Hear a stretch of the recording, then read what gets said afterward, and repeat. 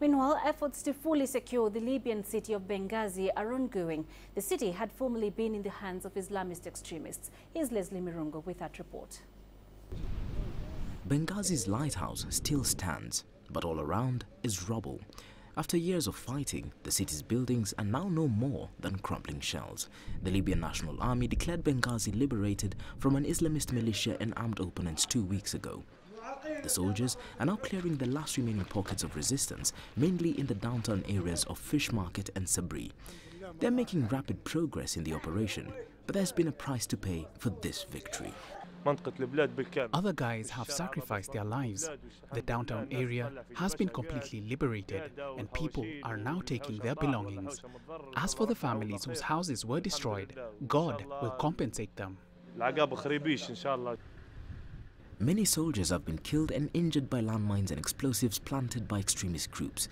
As they search through the buildings, it's a danger the men must be alert to. Spray-painted messages on walls mark out which houses are known to be booby-trapped. Captain Hassan Naidi commands a scouting unit in the army. His men are out in Benghazi every day, clearing the city street by street.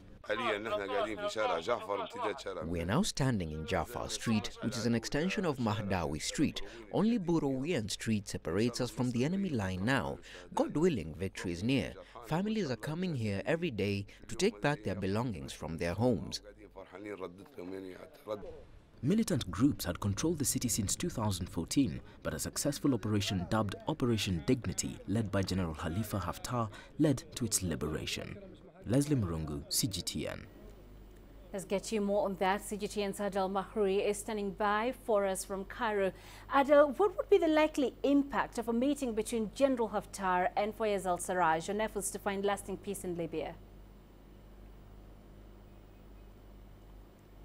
Well, France, since the election of President Macron, has said that Libya is a priority to it. It wants to stop, according to the foreign minister, the French foreign minister, that he wants to, France wants to stop the flowing of all kinds of trafficking, including human, from Libya to Europe, and from Europe, of course, Italy to France, and etc. The usual threat to Europe. And since then, they have been working quite hard on all parties to make them sit and talk.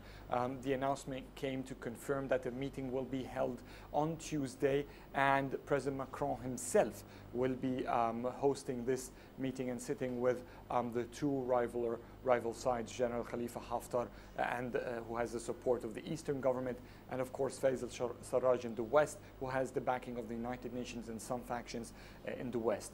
But it also comes at a time where Sarraj has announced a roadmap through which it paves the political process for an election in 2018. That has been criticized by the Eastern government, and there have been also another movement from General Khalifa Haftar, who has been trying to reach reconciliation among Libyan tribes in what many believe is a counter move to Sarraj's roadmap. And this means that tensions still exist, differences still exist, and it will be a big challenge for Macron to get an agreement between the two. All right, Adel, I'm going to come back to you in a bit. Let's first